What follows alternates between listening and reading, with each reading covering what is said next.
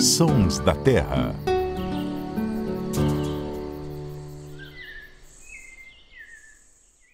Oi pessoal, quem está acostumado a ver a gente assim no estúdio para gravar os Sons da Terra, a gente está usando essa estrutura, mas hoje para falar de um projeto muito especial. Quem acompanha a Terra da Gente deve ter visto, nós produzimos uma série chamada #Terra, a jornada de crescer junto à natureza. E hoje a gente vai estar aqui para falar um pouquinho mais dos bastidores, como que foi essa produção e, claro, da temática, né? Nós levantamos essa série, começamos a série com um assunto que para algumas pessoas era pouco conhecido, chamado de déficit de natureza. E hoje a gente vai aprofundar um pouquinho mais, ouvir os especialistas que participaram, temos convidados. E hoje aqui comigo, inclusive, está a Lise Martins, coordenadora da redação Terra da Gente, que estava a fundo nesse projeto, né, Lise? Oi, Ananda. Obrigado por essa oportunidade. Foi um trabalho muito especial para a gente, né? Falar de natureza e de educação da forma como a gente trouxe na série. Então, vamos falar um pouquinho desses bastidores aí, né? Que teve eu, você, a Fernanda, né? Uma equipe aí de cinegrafistas também. Todo mundo empenhado para levar esse debate para os pais, para as escolas. Então, foi muito especial. E hoje a gente está aqui, eu estou aqui com os papéis, porque realmente tem muita coisa para a gente falar, tem muita questão para a gente pontuar. Acho que o mais interessante, talvez até para trazer essa questão do Terra, da IPTV, né, que foi uma missão diferente para a gente também, porque a série ela surgiu junto com outro projeto que já é enraizado aqui na IPTV, no Grupo EP, que é o IPTV na Escola, né? Conta um pouquinho para a gente, então, como é que foi isso? Assim, tinha a ver com outro projeto, a gente foi um pouquinho além? Todo ano, né, o Grupo EP tem um projeto muito tradicional de educação, que é o IPTV na Escola, que a maioria das pessoas deve conhecer. Os alunos do 9º ano escrevem sobre um determinado tema.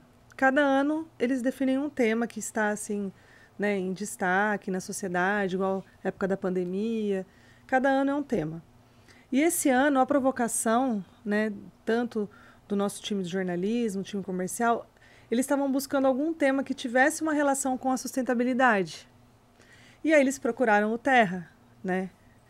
E a gente começou uma série de conversas, uma série de debates, e aí surgiu a ideia de falar de um termo que a gente ali no Terra já tinha um certo conhecimento, a gente já conversava entre a gente ali, que é o déficit de natureza, né?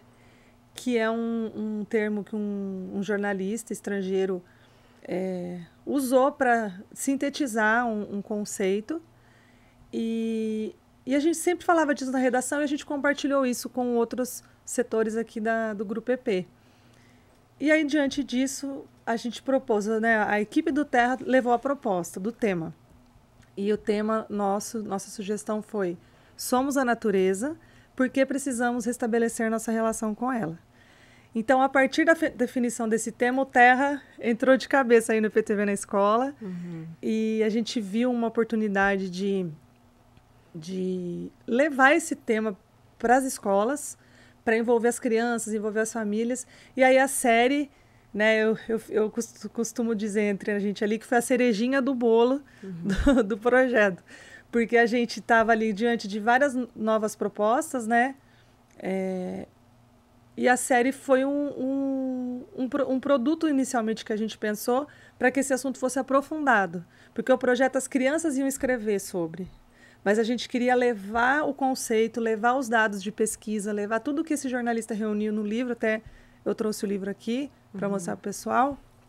Ele reuniu aqui, ó, A Última Criança da Natureza. E esse foi o livro que, na verdade, assim, conduziu toda a estrutura da série, né? Que a gente pudesse debater ou ver o que a gente pudesse abordar.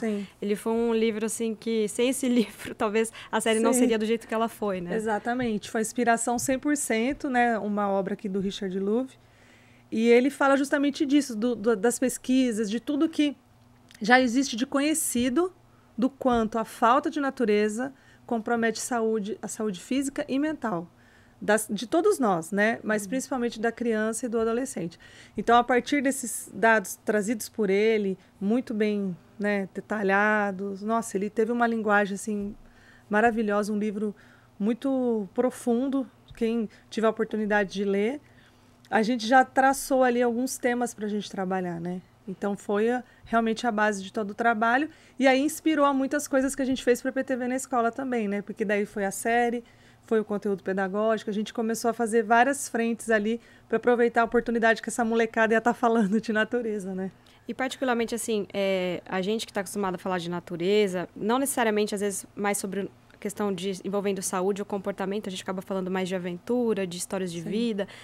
Trazer isso para um projeto como o EPTV na escola, que já é grandioso, sim, trabalhar com as crianças também teve um papel fundamental, assim, né? Para realmente, a gente tá vendo uma realidade, a gente pode mudar essa realidade. Você sentiu um pouco isso, assim? Senti muito, porque o que consiste o projeto? Além de escrever, as crianças vêm para cá, para a emissora depois. A gente está gravando na emissora, viu, gente? Por isso que eu estou falando aqui toda hora. As crianças vêm até a emissora para visitar. Então, quando eles começaram a chegar e a gente começou a ver a forma como eles se relacionavam com a natureza, quando a gente começou a ler as redações e começou a perceber como que era, porque o que acontece hoje com as crianças? O próprio livro fala disso. Eles sabem falar muito bem sobre mudanças climáticas, sobre coisas muito profundas da conservação, mas eles não têm o contato próximo, o contato íntimo. E isso ficou muito evidente nas visitas que ocorreram aqui.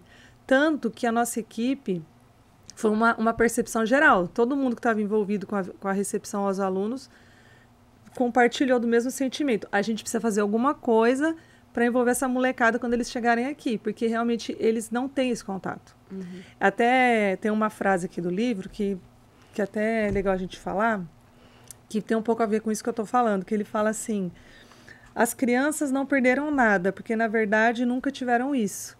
E se elas não tiveram, como que elas vão ter afeto ou alguma relação com isso, né? Foi exatamente a sensação que a gente teve. A gente viu que isso não tinha sido apresentado a elas. Não por culpa de ninguém, mas por um processo social mesmo que nós tivemos ao longo de anos. Então, assim, não é culpa da família, não é culpa da escola, é toda uma consequência de uma sociedade que precisou se urbanizar, que precisou se fechar, seja por violência, né? E outros fatores. Então, assim, quando essa criançada aí, né? Falar criançada, eles vão ficar bravos, porque é tudo adolescente, né? Quando esses jovens chegaram aqui, a gente teve essa percepção. E aí a gente fez uma dinâmica no estúdio do Terra, mostrando espécies. Você sabe que ave é essa? Você conhece essa ave de rapina? Você consegue diferenciar esse sabiá laranjeira desse sabiá barranco? Por quais características? E você vê que eles se envolvem. Realmente, não tem, às vezes, a oportunidade de falar sobre isso. Porque quando você fala de uma natureza mais próxima, é diferente, né? E o tempo todo, o livro, a gente mesmo fala, né? A gente tem que falar do nosso... a gente não precisa falar a gente precisa falar do planeta, mas a gente precisa falar também do quintal, da praça, do jardim, do bosque, que são coisas que estão perto da gente, né?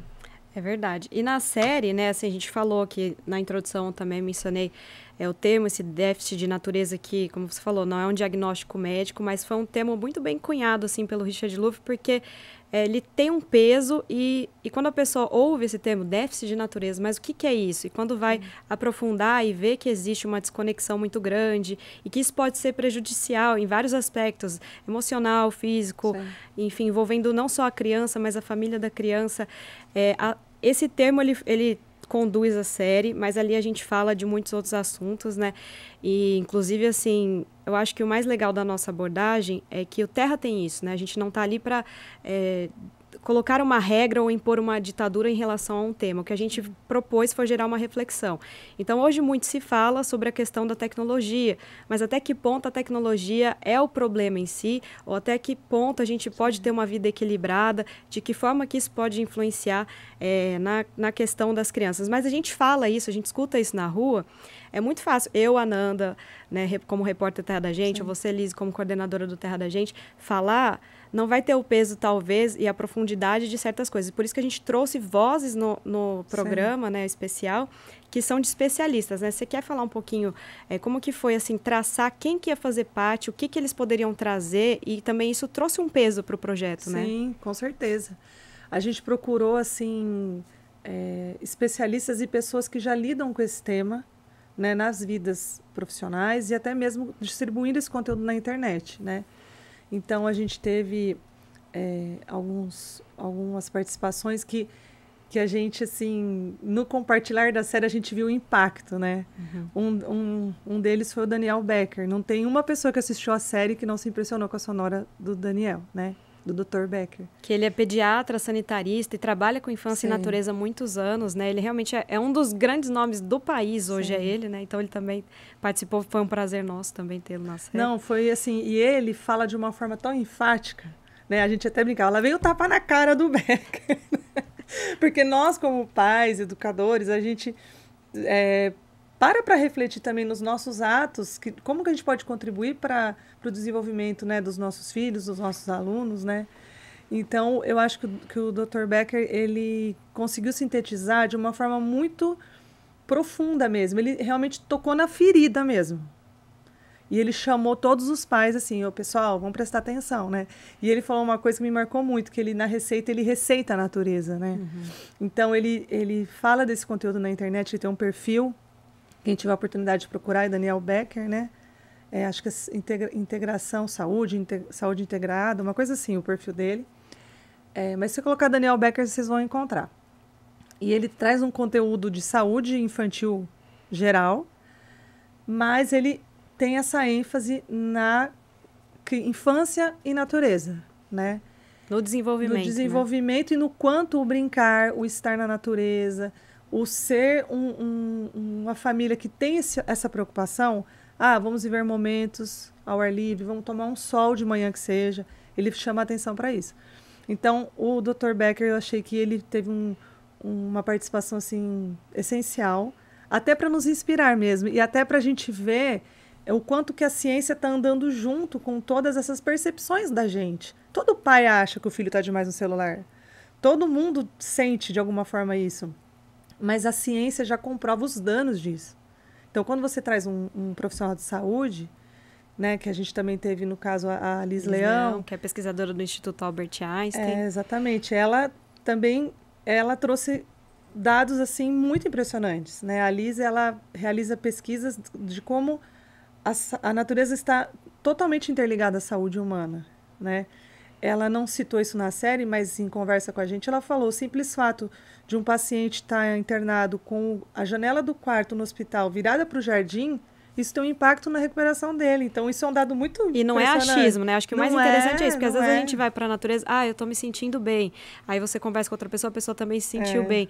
Apesar da gente ter essa percepção, a ciência vem aí justamente porque ela tem a pesquisa, os números, o quanto isso pode ser benéfico ou até, em alguma situação, a falta de pode causar prejuízo, obesidade, estresse. Enfim, tem várias questões. A Liz falou disso, mas assim, a série, a gente teve que compilar só alguns trechos, a gente não pôde pôr essa parte, mas realmente as coisas estão interligadas, né? Então, você citou o Daniel Becker, que é um pediatra, a Liz Leão, que é uma pesquisadora do Instituto Albert Einstein, falando da parte de saúde. Teve também uma psicóloga e também uma pesquisadora voltada para essa questão da infância, que foi a Bebel Barros, né? E o que eu mais achei interessante, assim, alguns deles já conhecia pessoalmente, outros não, mas, assim, na condução da série, eles falavam a mesma língua, né? Assim, as falas eram complementares, né? Isso você também se surpreendeu ou você imaginava que isso fosse acontecer, assim? Não, me surpreendeu muito, do quanto eles estavam todos muito alinhados, sem nem terem conversado. Nem conversado, muitos nem se conhecem, né? Porque realmente é um problema latente, né? Todas as famílias estão vendo isso.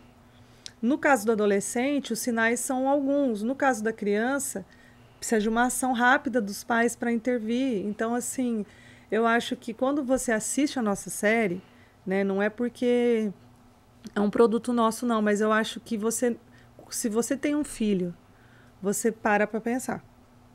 Fala, epa, peraí, deixa eu ver. Filho, vamos lá fazer uma caminhadinha? Filho, vamos ali, sai um pouco do quarto. A gente sabe das dificuldades que tem as fases, que na adolescência e tudo mais. Mas os pais, isso que eu achei legal da série, porque a gente falou, mas a gente também deu caminhos, né? E aí, você citou a Bebel e a Jennifer, elas mostraram alguns caminhos, o próprio Becker também, né? De como você traz esse adolescente, que, não, mãe, que saco, não quero ir para o mato, não quero nem ali no jardim de casa. Mas como é que você pode prender a atenção deles para mudar isso?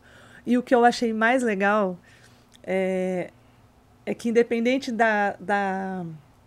do adolescente, no caso, né, ou a própria criança estar ativa naquele momento, eles falam como é importante os pais terem essa visão.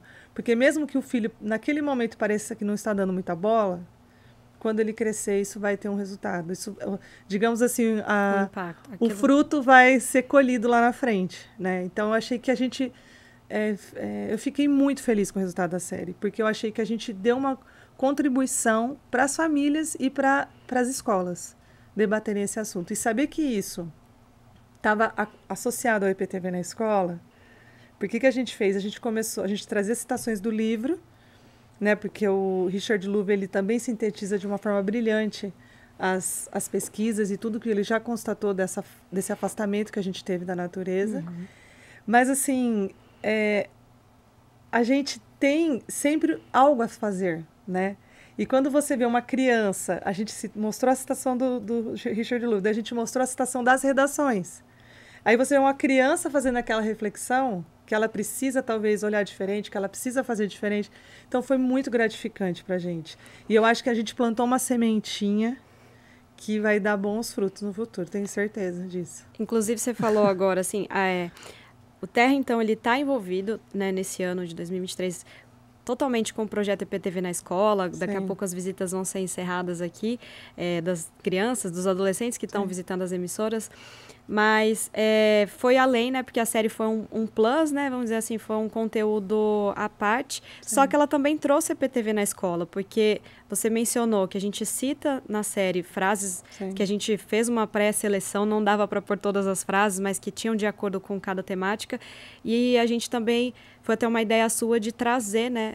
Mas assim, nossa, a gente estava corrigindo, porque a gente fez parte da seleção das redações da IPTV na escola e fazia total sentido com o que a gente estava produzindo paralelamente, a gente conseguiu trazer esses trechos, né? Então, se você quiser contar um pouquinho também disso, que cada um lendo a redação ali, selecionava um trecho, a gente conseguiu, sim, mesmo sendo um conteúdo à parte, a IPTV na escola faz parte dele também, né? Sim, com certeza.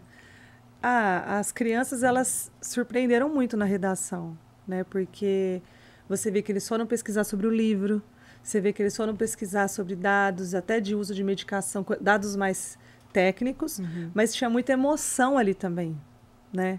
Então, tinha gente que falava, na pandemia eu fiquei no sítio da minha avó, e aí a criança contava aquela experiência. Teve gente que fez poesia, né? Então, assim, você provocar esse despertar foi muito legal. E aí o que a gente fez? A gente, né, a equipe do Terra participou das classificações, a gente lia, aí cada um defendia o texto que estava lendo. É verdade. E aí a gente, não, põe o meu. Aqui a gente pode falar porque é o bastidor, né, do que aconteceu. A gente não mostra isso na TV, mas... Fazia todo mundo escutar, declamar poesia lá no meio da redação, fazia todo mundo escutar. Sim. Então, assim, a gente tinha essa coisa de a gente não, às vezes não queria nem ver o nome, nem ver a cidade para não se influenciar. Mas a gente tinha esse afeto ao texto, porque você via que tinha ali uma emoção, né? E aí a gente separava essas frases, buscava associá-las aos temas, né? Porque a série a gente dividiu em 5 episódios. E cada episódio a gente procurou tratar de uma vertente dessa temática, né? E aí as crianças que falavam de determinados assuntos, a gente foi dividindo. E a gente conseguiu contemplar aí em todas as reportagens, trechos dos alunos. E eles, assim, alguns a gente, né... a mãe escreveu, falou que ficou muito feliz. Então, você vê esse movimento em prol, né, desse conteúdo, desse conhecimento, que às vezes as crianças não tinham realmente a oportunidade de refletir a respeito. Foi muito legal. A redação foi um show à parte. E uma coisa que acho que é legal falar, você já mencionou que a gente fez 5 episódios. Cada Sim. episódio é uma abordagem, uma história diferente. E aí eu queria que você falasse um pouquinho disso também, né? Como que a gente teve até as conversas para chegarem nos temas definidos, né? Sim. Porque até o livro A Última Criança da Natureza tem um episódio que ele é quase nessa mesma linha, né? Que é o Extinção, que é a última criança na natureza, nada mais é do que uma criança em extinção, né? E a gente Sim. trouxe esse outro termo. Sim. E falar um pouquinho, assim, dessa discussão que a gente teve, como que a gente chegou nesses 5 episódios e também um pouquinho dos personagens, porque, assim, falar sobre esse tema a gente já apontou que falar sobre a natureza na infância ou na nossa vida ou na nossa saúde, ela pode, ou a falta de, né, pode ser uma coisa boa e pode ser uma coisa ruim. E a gente optou ir para uma pegada, uma caminhada ali que mostrassem exemplos bons. Né? Isso também foi difícil. Uma hora a gente achou que, não, vai ter que mostrar algum caso que teve uma dificuldade. Depois, analisando mais friamente, por que a gente tem que mostrar o que... Talvez o que já tem dificuldade todo mundo já saiba, né? Sim. Essas raridades. Eu acho que os personagens, as histórias, as famílias envolvidas ali, elas tinham tanto para falar que a gente acabou optando por um outro caminho, Sim. né? Então, acho que vale a pena contar um pouquinho disso também. E desse desafio mesmo da produção, né? Porque o tema é ótimo, as pessoas envolvidas foram ótimas, mas tem o desafio, né? Os personagens, eles todos foram muito especiais, né? E isso que você falou, você resumiu super bem, porque foi isso, foi assim, vamos inspirar as pessoas, né? Que as crianças estão adoecidas, igual você falou, infelizmente a gente já sabe, depois da pandemia, quantos casos a gente soube de crianças que tiveram que se medicar até por questões emocionais, né? Sim. Então, esses dados, infelizmente, a gente e as famílias e as escolas, eles estão lidando com isso o tempo todo.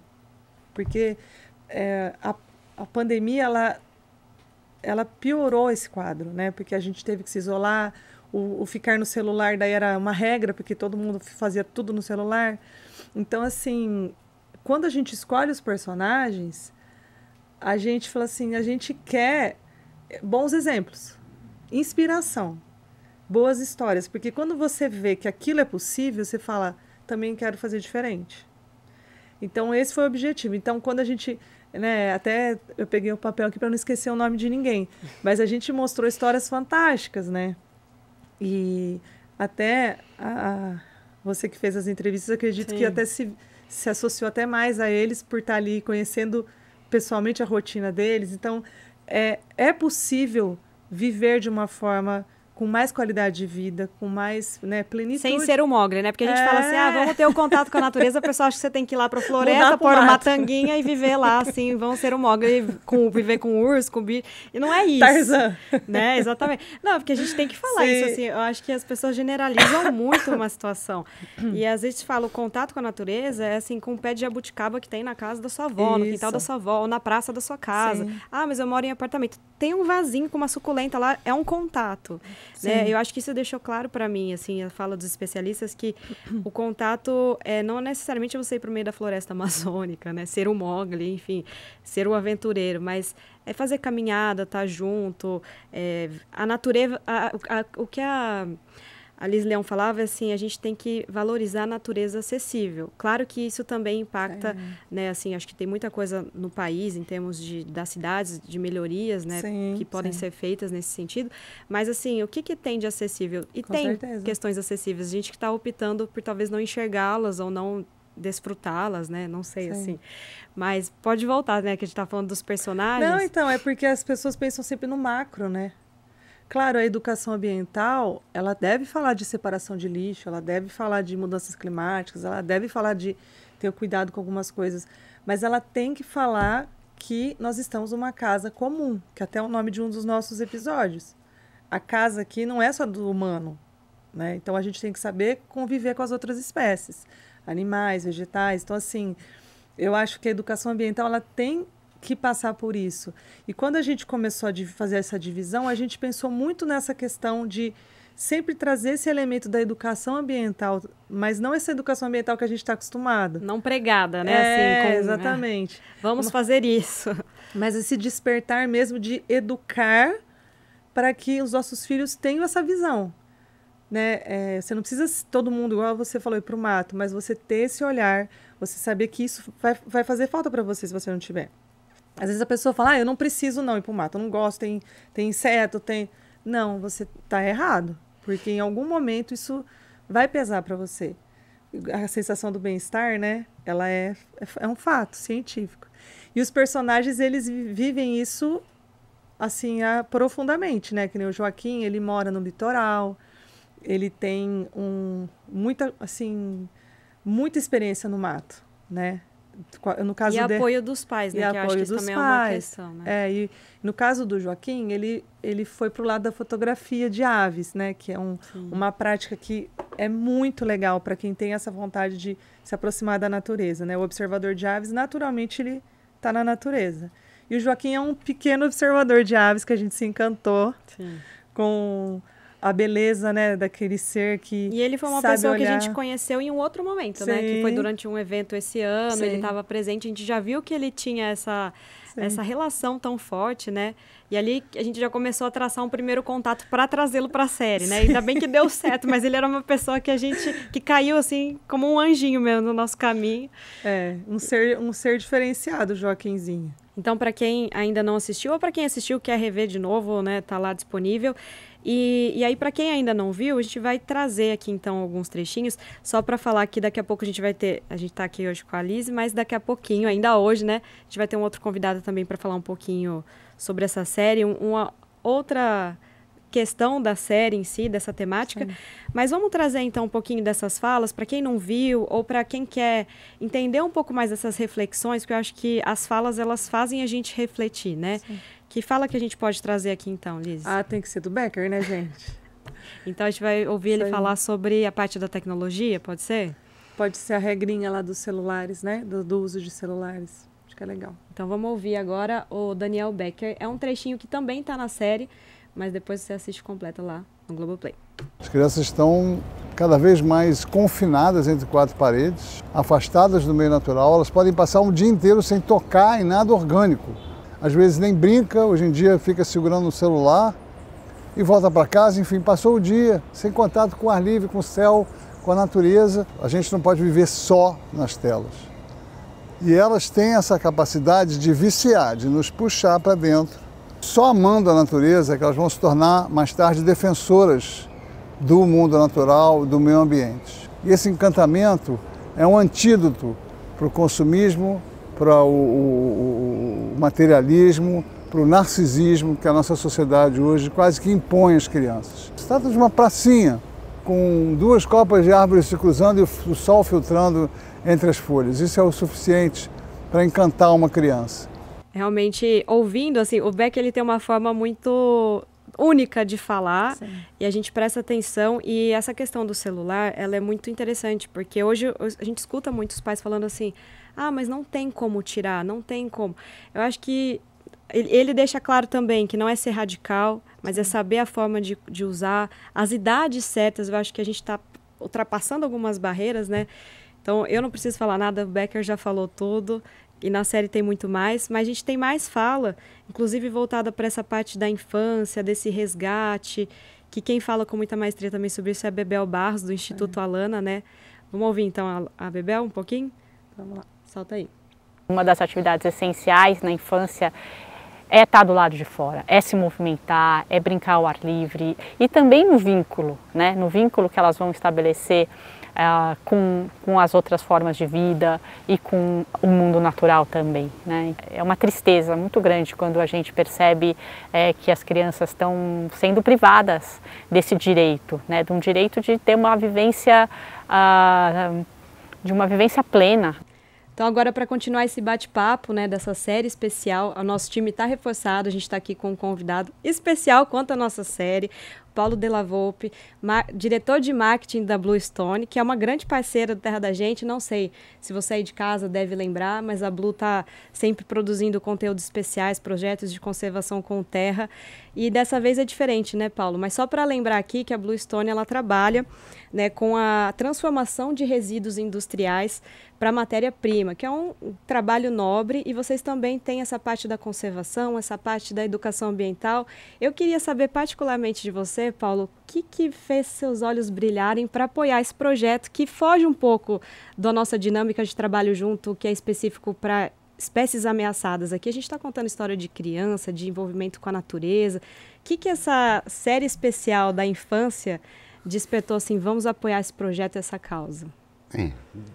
Bom, primeiro, obrigado, né, de estar aqui, né? Obrigado pelo convite, obrigado por tudo. É sempre gostoso falar do que a gente faz. É óbvio que por trás disso tem, às vezes, um pouco de opção, uma opção pessoal, né? de vida. A gente veio de um grupo que tinha várias empresas e a Bluestone era uma das empresas investidas e aí nós acabamos entrando dentro do processo de execução, acabamos virando, tanto é que quando você entra, você fala, o diretor de marketing e tal, porque acabei tendo uma função executiva e lá não foi porque eu fui convidado para ter uma função executiva. Foi porque tinham projetos lá que quando eu vi que a gente podia fazer coisas que era diferente do que ao longo dos 40 anos de profissão eu tinha feito em outras empresas que a gente fazia parte, aquilo te apaixona. E aí você falou assim, o que é diferente? Porque a série fala muito de criança, tal. Sim. O que tem a ver a ave? Então, na realidade, aí tem um pouco do pensamento de que é uma coisa só. Né? Eu não consigo imaginar... Separar uma coisa da outra. Então, eu não consigo. Outro dia eu estava até numa palestra de uma pessoa que você conhece bem, e aí quando ele falou que eco era a casa, né? E a gente tem que cuidar bem da casa, e que a casa não era só do ser humano, a casa era de todo mundo. Sim.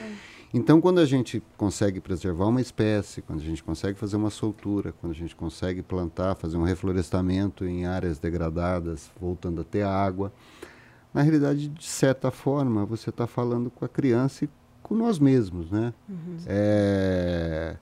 Se eu voltar à minha infância, era uma realidade totalmente diferente do planeta como um todo, né? Ou estávamos a caminho e a gente nem sabia que ia dar nisso. Né? Mas o fato é que a tecnologia, os estudos, os cientistas, tudo mais, acabam trazendo para a gente a realidade de que a coisa é finita, né?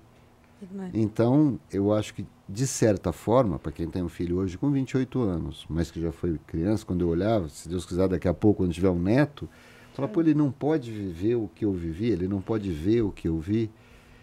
Então, isso faz parte, chama a atenção da gente, porque para aquilo que você está fazendo é muito importante. Uhum. E é óbvio, é muito simples pensar isso na Bluestone, porque ela é como uma empresa de transformação de resíduo, de rejeito industrial, ou de matérias-primas que estavam inutilizadas, jogadas ao léu, e que a gente acaba dando uma função final para ela. É importante para a sociedade, de forma geral, é meio o DNA da própria empresa. Isso tem um pouco de sorte também, você ir trabalhar numa coisa que já faz parte, você ser regenerativo, de você cuidar do planeta. Então, isso já era. Juntou-se ao óbvio. Junto com isso, já existiam alguns projetos de uma pessoa que nós apoiávamos, que é o Alexandre Rezende, que sempre aparece na Terra, inclusive, que é vamos dizer, ele é um conservacionista, ele é eu não gosto muito da palavra, é um ecologista, parece uma coisa de ativismo. Não é ativismo, não, é resultado mesmo. Ele vai lá, ele conhece, sabe o que está fazendo e trabalha com isso há anos. Então, ficou uma coisa meio natural. Foi aí que eu fui acabando até tendo uma função executiva dentro da Blue. E a educação ambiental é uma parte que vocês trabalham também, né? Nós trabalhamos, e hoje a gente está falando em mais ou menos 800 crianças. Porque a gente já tinha o projeto aonde tem a nossa planta, na cidade de Saltinho, ali a gente já dá educação para, exatamente, são 289 crianças, que é como é uma cidade, não é uma cidade grande, 289, dentro daquela faixa etária são todos os estudantes da rede pública local. E aí, junto com um projeto que estava acontecendo no Nordeste, a gente acabou dando educação ambiental para mais 800 crianças. Então, o que eu acho que é diferente é que nós não patrocinamos. Tem até algumas coisas que sim, mas a essência nossa é da execução. Então, a nossa educação ambiental é com a cartilha que nós produzimos, através de... Não é que nós produzimos, foi o Paulo, foi lá e escreveu a cartilha. Sim, é uma equipe toda. Tem uma equipe e tal, a gente tem professores. A gente tem professor que não é funcionário nosso, mas é um terceirizado que dá aula da forma com que nós entendemos. Nós contratamos a Jaguatibaia para fazer o reflorestamento, mas nós coordenamos, inclusive, a conseguir as áreas, os 14 pontos de Saltinho, vamos lá, vamos reflorestar. Mas por que a gente está reflorestando? Não era um reflorestamento, a Blue plantou tantas árvores, não. Eu também não estou aqui querendo diminuir a imagem de quem faz isso. Acho que isso também é importante. Cada um tem seu papel também. Tem seu papel. Claro. O nosso caso, até por ter muitas questões tecnológicas envolvidas, a gente tem laboratórios, tem tudo, então você acaba, através dessas pessoas que são extremamente técnicas, com, olha, Saltinho está com falta d'água, por causa disso, são 14 nascentes que terminaram, esses nascentes que davam no Piracicaba Mirim, que não dá no Piracicaba, e se a gente fizer isso aqui, a gente cortar esse pedaço, a gente consegue fazer o reflorestamento, contratamos o Perdigão, que é um dos maiores especialistas brasileiros disso. Vamos lá, o que nós temos que fazer é um projeto de 5 anos. Não estamos falando de um... É a longo prazo, não é né? um patrocínio de um Sim. evento, não é um... Então, é até a forma com que nós entendemos até a própria Blue. É uma empresa para década, para que a gente tenha uma missão muito clara. Então, de certa forma, apesar de fazer parte da nossa ideia, a gente consegue completar a nossa missão. Então, é uma coisa muito bacana. Sim. Isso encanta, realmente deixa... Para quem já passou tudo que eu passei na vida do ponto de vista profissional, é uma coisa que encanta... A continuar, depois de velho, sim. né? Vamos... Antes de eu passar a bola para a Liz, até também porque é um bate-papo aqui, né? A gente não ficar tão formal. Queria que falasse um pouco disso. Assim, a gente estava conversando anteriormente, a Liz fala muito dessa questão da gente plantar uma semente, né? Assim, que essas crianças, elas vão... Esse frutinho vai germinar, pode levar... Igual você falou, você está com um filho de 28 anos, pode ser que a infância dele teve alguma relação com a natureza que ele carrega ainda dentro de si. Você, particularmente, assim, você podia contar um pouquinho da sua infância, se você tinha relação com a natureza e também, assim, como que você enxerga por parte da empresa a necessidade de ter uma frente com a educação ambiental, porque essa semente está sendo plantada ali e vai germinar em algum momento, né? O Perdigão, que é do Jaguatibaia, ele tem uma maquete que é um pouco maior que metade dessa mesa, 60% dessa mesa, e explica o que é uma nascente. E quando ele vai explicar o que é uma nascente, chama muita atenção, porque 100% das crianças, 100% é muito forte, né? Todo mundo é muita gente. Mas a maioria das crianças, se você perguntar o que é uma nascente, as pessoas acham que brota água do nada. Tem aquela imagem, né? Acho que eu pensava a mesma coisa, né? E quando a pessoa vê que se você não tiver a mata, e a maquete mostra isso, porque de um lado tem a mata, do outro lado tem terra. Aí ele joga na mata, a mata absorve, vai jogando, ele montou direitinho, impressionante. Cai e monta o que ele chama, interessante o nome, caixa d'água da natureza. Que na realidade nada mais é da água que sai depois, vira nascente, cresce, favorece, aí a nascente e corre para o rio e vira um rio. Sim. A hora que ele pega e joga por um balde, tá? Na parte que só tem terra, ou seja, onde foi deteriorada a mata, ali corre o barro, tranca o rio, acaba, seca tudo e acabou. Então, você... É uma forma ilustrativa, né? A hora que as crianças olham aquilo, você vê escrito na cara de cada um. Então não nasce então é assim? Não. Hoje é muito comum a gente falar de economia cíclica, né? Na verdade, a natureza é cíclica. Sim. E aí, a hora que a pessoa fala, então é isso que faz isso, né? Essa mensagem é mais do que uma semente. A pessoa fala, não pode tirar a mata. Não é mais ou menos. Sim. Se tirar... Você já entendeu ali com um né? gesto, pode você até entendeu. usar a expressão, dá ruim. Sim. Eu acho que existem ações interessantes, mas sempre são paliativas. A educação é aquela que resolve. É a única coisa que resolve de fato. Por isso, quando a turma pensa alguma coisa milagrosa, eu falo, gente, são de 30 anos de educação para você pular as gerações, para que você comece a reverter coisas que não são positivas. E as pessoas falam muito hoje, né, dessa reconfigurar a educação. Eles falam, tem que ter saúde mental, tem que ter saúde financeira, educação financeira, perdão. E eu acho que tem que a educação de natureza tem que entrar nesse novo método aí, porque tem que falar de finanças, tem que falar de saúde mental. Eu estou falando de saúde, educação mental. E tem que falar de educação ambiental também, né? Porque as pessoas às vezes colocam como uma aula extra, como uma aula Não, tem que falar, fazer parte do currículo ali, né? Sim. E aí você pega, tem muitas coisas que são interessantes do ponto de vista, aí volta-se o problema da internet, porque quando você não tem educação, ela vai se educar por ali, né? A base dela ela vai ser se ali. por ali. E ali, Então. o que tem de gente que não entende do que está falando, Mas fala. mas fala, é uma Sei bem, coisa. Paulo. Outro dia eu peguei, né, uma empresa de reciclagem e transformação de minério, de subprodutos de minério em produtos. Aí a pessoa olhou, não, porque eu sou contra o minério. Aí eu olhei, nós estávamos num lugar que só tinha uma madeira, uma mesa de madeira, e aí eu falei assim, mas e o que você acha se a gente tirar essa parede daqui? Como assim? Essa parede de minério.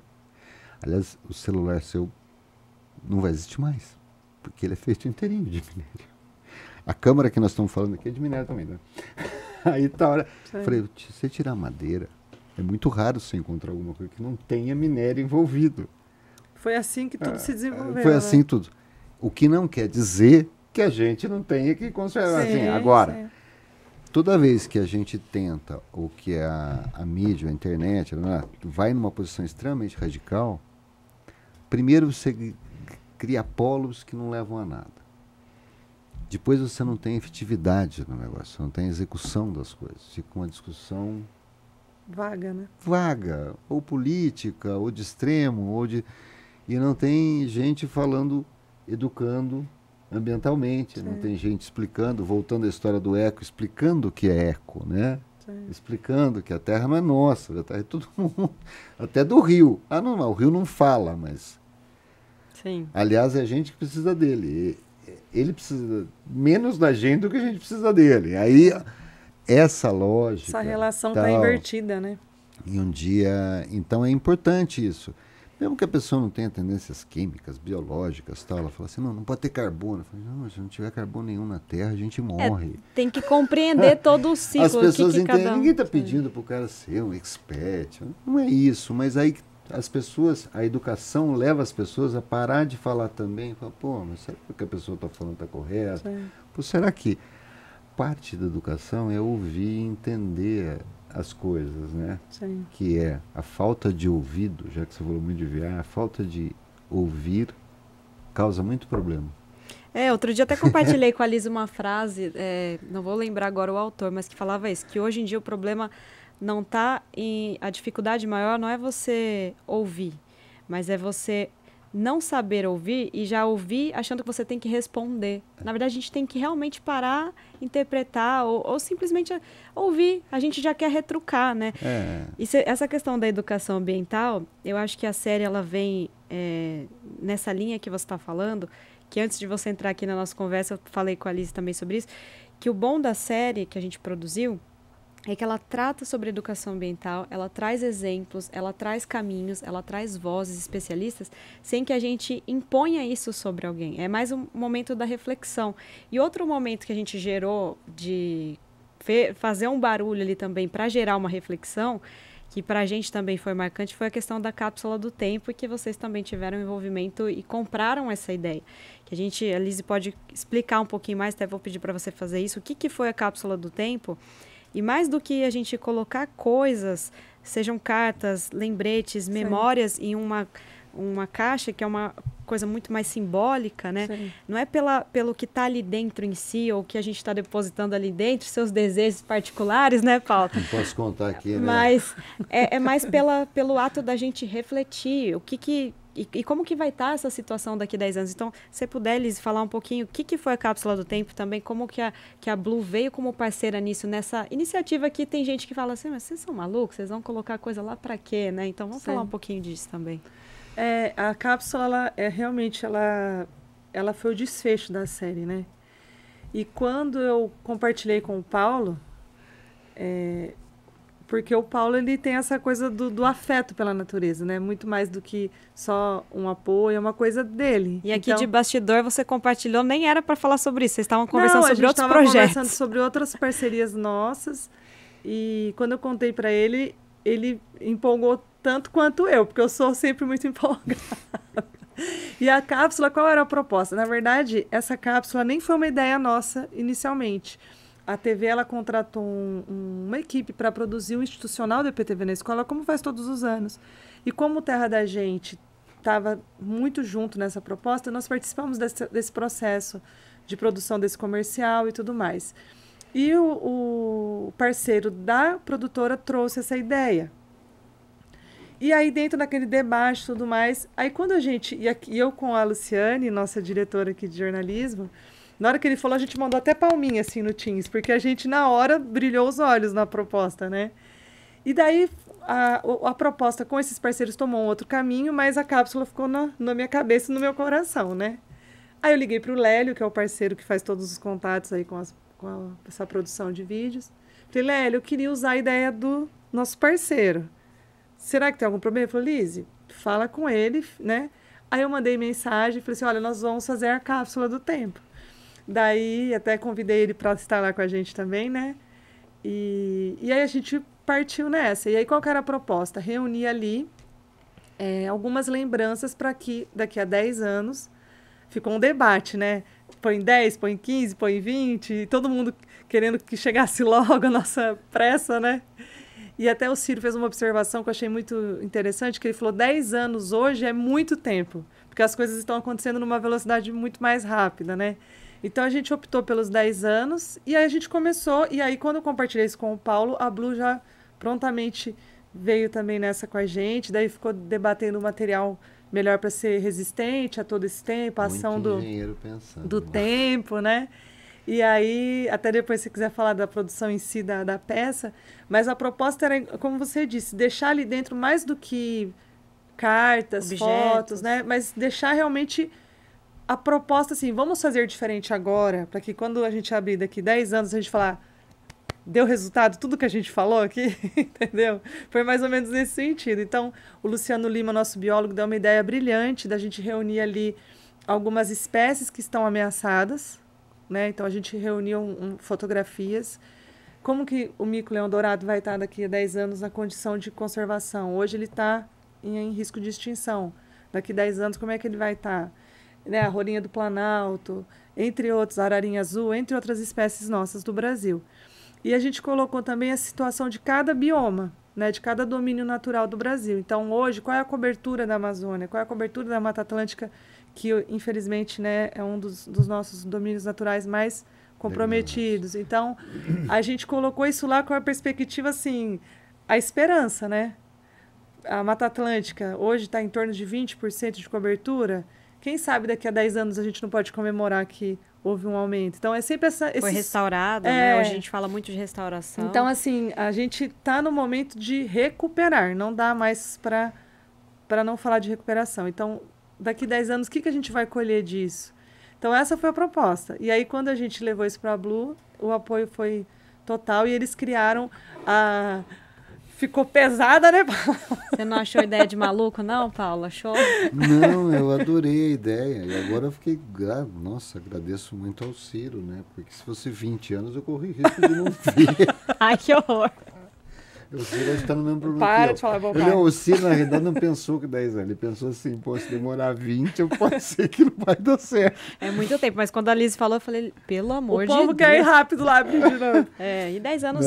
Não, 10 anos eu acho que foi... E que material que é, Paulo? Sabe descrever pra gente?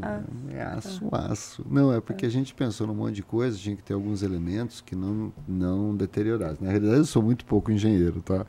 Mas o Werner... O Beto, todo mundo lá trabalhou, desenvolveu e tal. Mas o que você espera, né? A gente está falando de longo prazo, o tempo da natureza, como que as coisas fluem.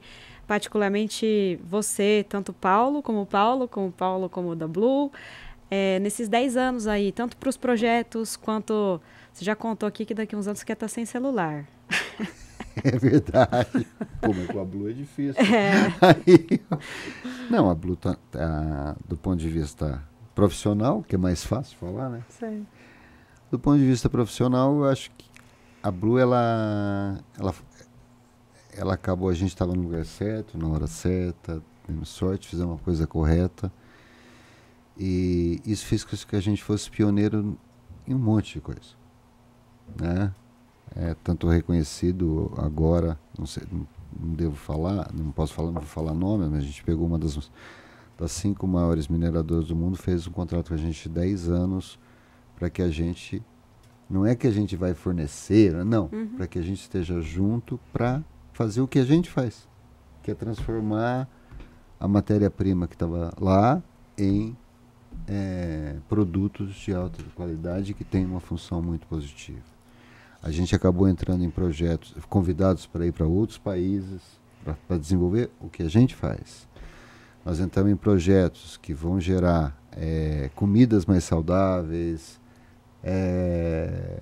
Então a gente acabou fazendo coisas que nós não imaginávamos. Tem um projeto que a gente entrou para melhorar a quantidade de carbono que tem no ar em áreas e que tem dado certo. Nós estamos falando já do ponto de vista de pesquisa mesmo, de tecnologia pesada, de investimentos Então, do ponto de vista profissional, eu vejo daqui 5, 10 anos uma empresa que ajudou, junto com outras, a melhorar a situação ambiental do planeta. Tomara, né? Seja do ponto de vista educacional, seja do ponto de vista científico, do ponto de vista de utilização e tal. Não você tem no mundo inteiro, às vezes você tem problemas sérios com relação aos minérios que foram tirados tal, e aí a gente provavelmente, num conjunto de empresas, não acredito em nada sozinho, né? Sim. Num conjunto de empresas, consiga com que a gente tenha resíduo zero. E eu acredito que a tecnologia, nos próximos 10 anos, o que ela vai fazer? Ela vai ser fundamental para dar viabilidade econômica para que todo tipo de rejeito, nós não estamos mais falando de minério. Mas todo tipo, né? Todo tipo de rejeito ser reaproveitado e que aquilo tenha uma viabilidade econômica.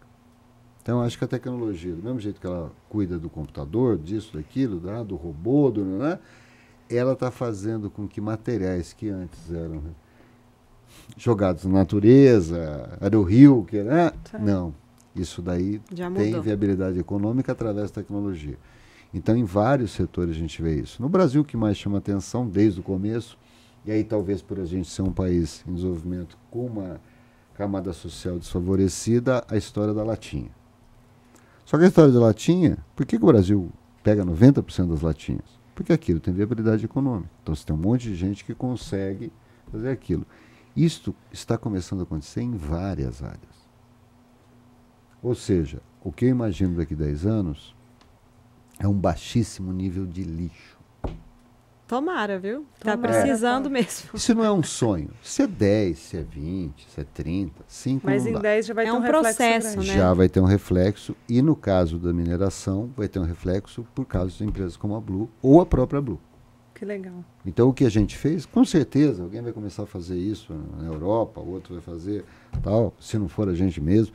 Mas o fato é, a gente conseguiu dar a solução para um problema e dar uma viabilidade econômica. Esse é um ponto importante. Do ponto de vista pessoal, tem aquele desejo que eu coloquei na caixa. Pode falar, Paulo, qual que é o seu desejo? Não tem problema. A Ponte Preta terá sido campeã. Vamos ver se em 10 anos. Mas eu acho legal você colocar isso lá, porque também traz um pouco da infância da sua trajetória. E a perspectiva da esperança dos nossos sonhos, né? Por mais que seja a gente está brincando aqui de futebol, mas acho que quando você fala de futuro, você quer realizar sonhos, né? Então acho que a cápsula ela veio com essa missão. Desde a Ponte Preta. Desde um desejo pessoal, algo global. Isso, coisas coletivas como, né? Globalmente, eu acho que a questão ambiental, tudo isso vai melhorar muito. Mas é isso. Então vamos encerrando por aqui essa conversa. Para quem quiser assistir a série completa, tá lá na Globoplay, #Terra, a jornada de crescer junto à natureza. Sons da Terra.